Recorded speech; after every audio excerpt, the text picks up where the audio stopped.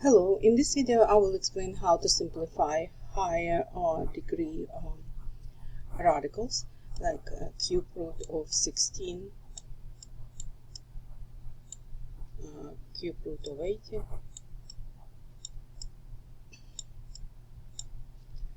cube root of 54, and with this cube root and one more fifth root of 64, we can do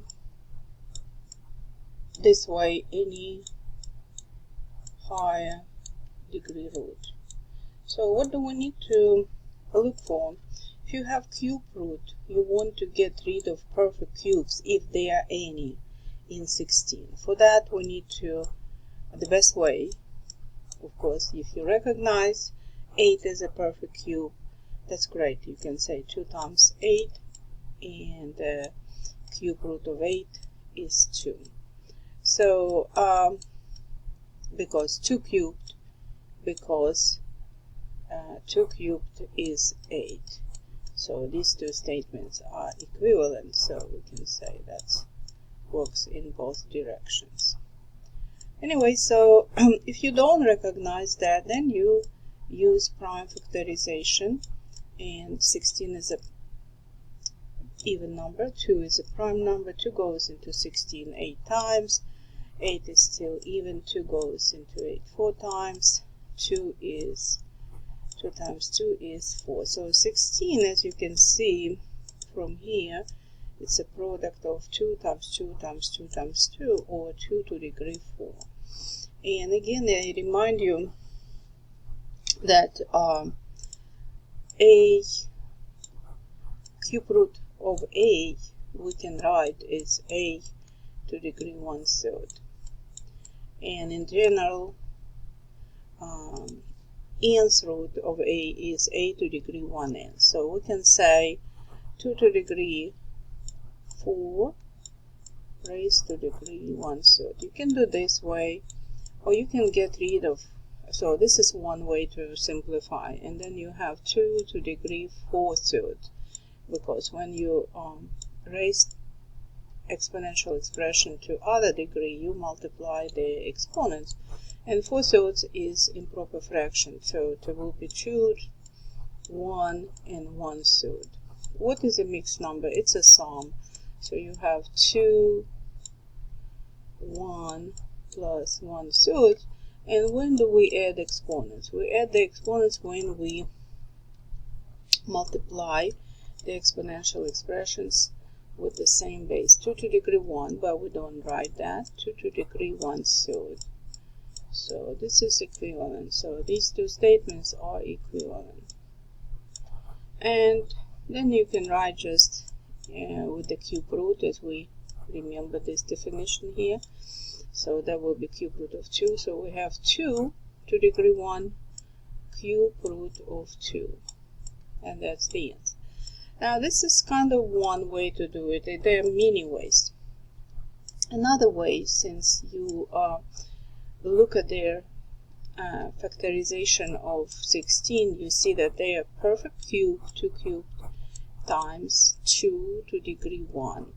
And it's what gives you 2 to the 4th. So you can write this as cube root of 2 cubed times 2, that's 16 under the cube root, and then cube root of 2 cubed will be 2, and the cube root of 2 is still there. So one another way your answer is correct. You have to choose which way you will use. I'll let you practice with cube root of 80, cube root of 54, fifth root of 64.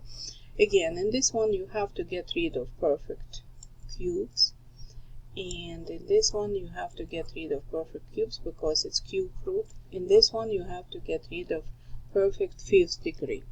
So I want to pause for a minute and let you practice. You can stop this video and then start. Alright, I hope you had time to practice. Now we're going to look at cube root of 80. So cube root of 80, as we already had 8 is a perfect cube, so we can write cube root of 8 times 10. Now what is 10? 10 is 10 times 1 or 2 times 5. Neither one of them perfect cube, so we can say cube root of 8 times cube root of 10. More you do this exercise, the faster you recognize perfect cubes, perfect squares, perfect fourth degree, and so on. Cube root of 8, as we remember from previous, is 2. So 2 cube root of 10. Alright, one more, 54. So we want to get to check. Not necessarily that you always have perfect cubes to extract from under the cube root. Sometimes you just need to check that you don't have anything. So I'm going to do prime factorization for 54 over here. So 54 even numbers, so we're going to say 2 times, and then you divide 2 into 54 to get 27. If you remember that 27 is 3 cubed, that will help you. If not, you continue 3 times 9, 3 times 3. So there will be cube root of 2 multiplied by 3 cubed. So we break into 2 cube roots, cube root of 2 multiplied by cube root of 3 cubes. Cubed, and this one, when the index of radical and the degree under equal, it will be just 3. We just cancel this 2, and we have 3 in front. We usually put everything which has no radical in front. So 3 cube root of 2. Alright, hopefully that's what you got when you had the chance to do it on your own. 64 is the same way. So we're going to do 64 on there. Here. So I had the 5th root of 64. So what we're looking for, we're looking if 64 could be presented as a product of perfect 5th degree. So for that we have to start with prime factorization. 32. If you remember that 32 is 2 to the 5th, it's fine. If not, continue on.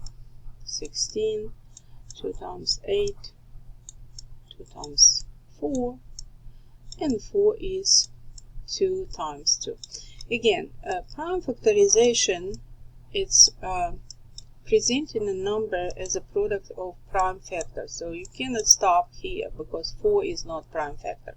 You cannot stop here because 8 is not perfect prime factor. So you have to continue until you have just factors that are prime numbers, which are 2, 3, 5, 7, 11, 13,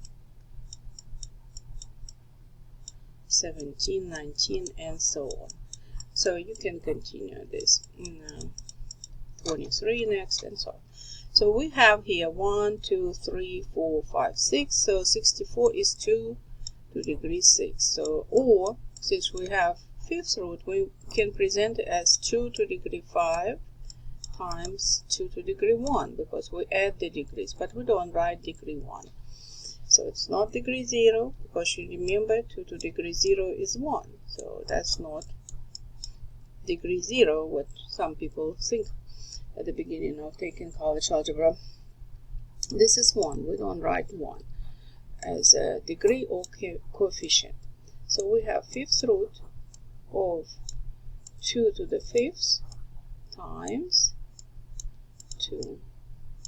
And then we get, so the 5th root we break into 2 5th roots. I will skip that. 5th root of 2 to the 5th is 2, and 5th root of 2 we keep it. So that's basically the answer. So this way you can simplify any radical if it's simplifiable. If it's not, like say cube root of 25, can you simplify? Let's check. So 25, what prime factorization for 25? It's not even, so next prime number that is a factor of 25 is 5. So 5 times 5 is 25. So 5 squared is 25, which we all know, but it's not a cube.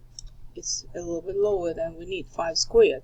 So cube root of 5 squared will be cube root of 5 squared. So you cannot simplify that expression. So don't expect that each radical expression you will be able to simplify. Some of them cannot be simplified.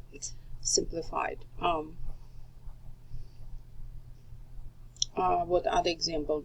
Cube root of 100 you cannot simplify, because if you factor that 100, and that will be, again, the number ends with 0, so you can start either with a 2 or 5.